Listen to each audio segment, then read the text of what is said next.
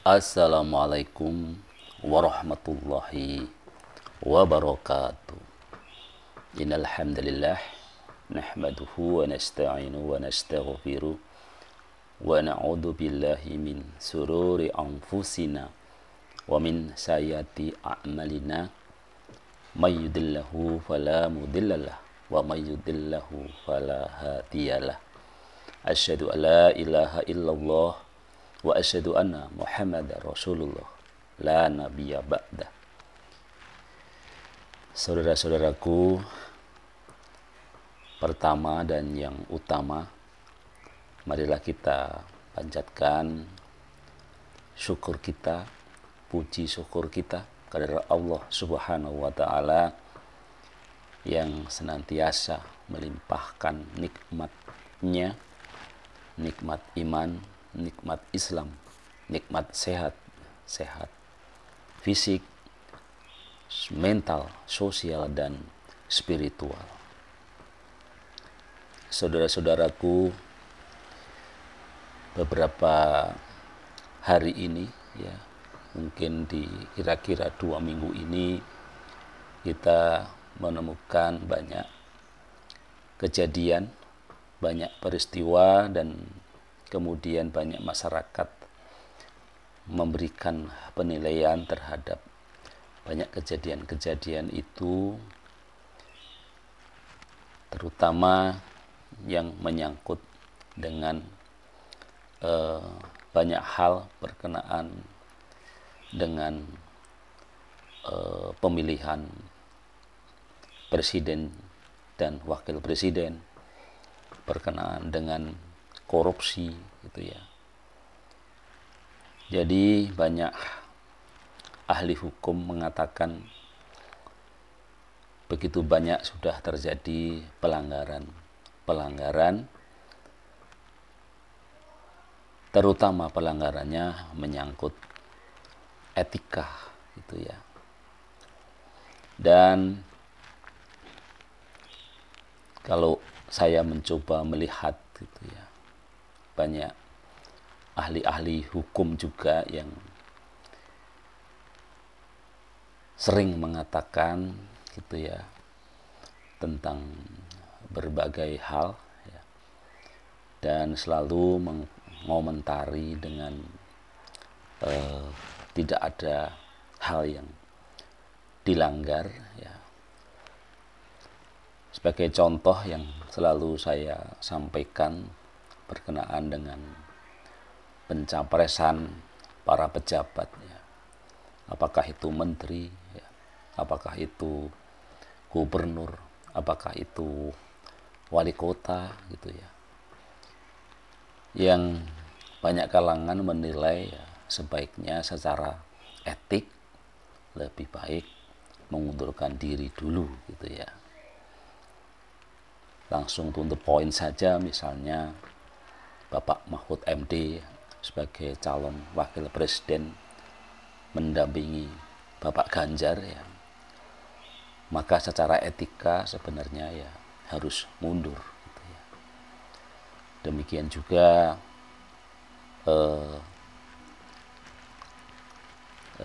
Mas Gibran ya sebagai wali kota yang mencalonkan jadi wakil presidennya Bapak Prabowo, termasuk juga Bapak Prabowo sebagai menteri, seharusnya secara etika ya mundur gitu ya. Saya selalu menaruh perhatian hal-hal seperti ini karena tentu saja dalam batin saya khawatir gitu ya, kalau tidak mau mundur gitu ya, maka akan ada peristiwa dimundurkan gitu ya. Jadi inilah yang saya kira orang bilang common sense gitu ya. Tidak usah kita pakai pendapat para ahli, para kiai, para ulama ya, sesuatu yang saya kira itu logika sederhana gitu kan. Nah, berkaitan dengan hal ini gitu ya, pada hari terakhir ini kita dikejutkan dengan status tersangka ya kepada ketua KPK ya. Jadi orang nomor satu yang seharusnya memberantas korupsi, tetapi statusnya hari ini menjadi tersangka. Kasus bukan sekedar korupsi, tetapi adalah pemerasan. Gitu ya. Dan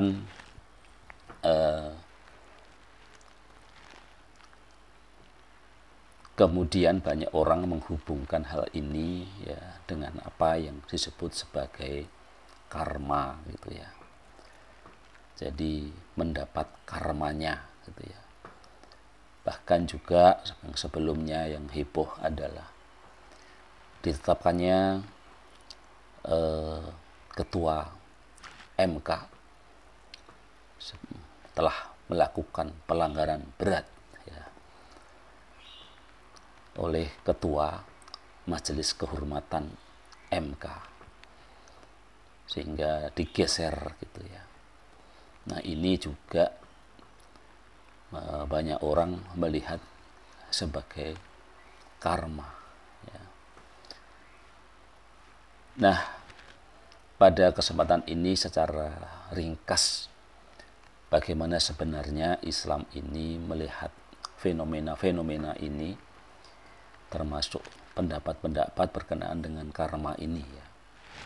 Jadi karma ini sebenarnya memang bukan berasal dari Islam ya. Tetapi sepertinya kita sudah sangat sering mendengar gitu ya istilah karma. Dalam bahasa Sangsekerta istilah ini merujuk pada perbuatan dan hasil yang akan seorang dapatkan ya atas perbuatannya. Sebenarnya hukum ini berasal dari ajaran Hindu Buddha, tetapi masyarakat awam kerap menggunakan istilah ini, termasuk umat Islam. Ya. Lalu apakah karma juga ada dalam ajaran Islam? Ya. Jadi di dalam surat An-Nahl ayat 97, barang siapa mengerjakan amal soleh, baik laki-laki atau perempuan, dalam keadaan beriman, sungguh akan kami berikan kepadanya kehidupan yang baik.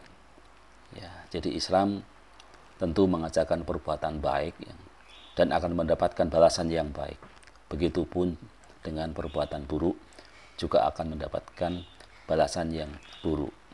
Ya, dalam konteks ini barangkali masih relevan gitu ya.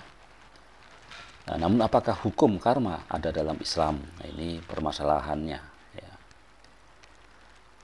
Karena permasalahannya adalah karma itu berlaku di dunia, sementara balasan atas perbuatan manusia di bumi bisa saja ia dapatkan di akhirat kelak menurut Islam. Jadi tidak di dunia gitu ya.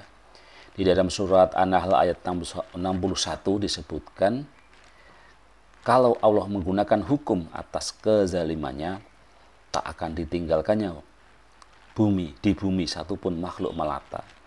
Tapi Allah menangguhkan mereka hingga waktu yang ditentukan. Begitu juga sebaliknya ya, maksiat dapat mendatangkan keburukan. Bahkan efeknya bisa berupa kerusakan-kerusakan. Pasalnya tiap manusia berbuat dosa, maka Allah akan memberikan balas ke mereka. Di dalam surat Ar-Rum ayat 41 ya, telah tampak kerusakan di darat dan di laut sebab perbuatan manusia, agar Allah menimpakan kepada mereka sebagian dari akibat perbuatan mereka supaya mereka kembali. Dengan begitu, konsep karma berbeda dengan apa yang ada dalam ajaran Islam. Pasalnya, balasan atas perbuatan manusia itu bisa jadi mereka dapatkan di dunia, tetapi juga bisa di akhirat ya. Jadi kalau karma itu kan hanya di dunia saja. Jadi kesimpulannya, bolehkah umat Islam percaya pada karma? Ya, sehingga kita sering mendengar, awas, kamu bakal kena hukum karma gitu ya.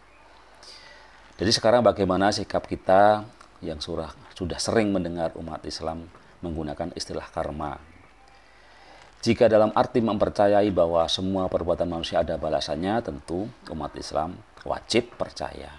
Tapi jika karma yang dimaksud adalah kepercayaan Hindu-Buddha yang nantinya juga berkaitan dengan reinkarnasi dan lain sebagainya, maka kita sebagai umat Islam tidak boleh percaya.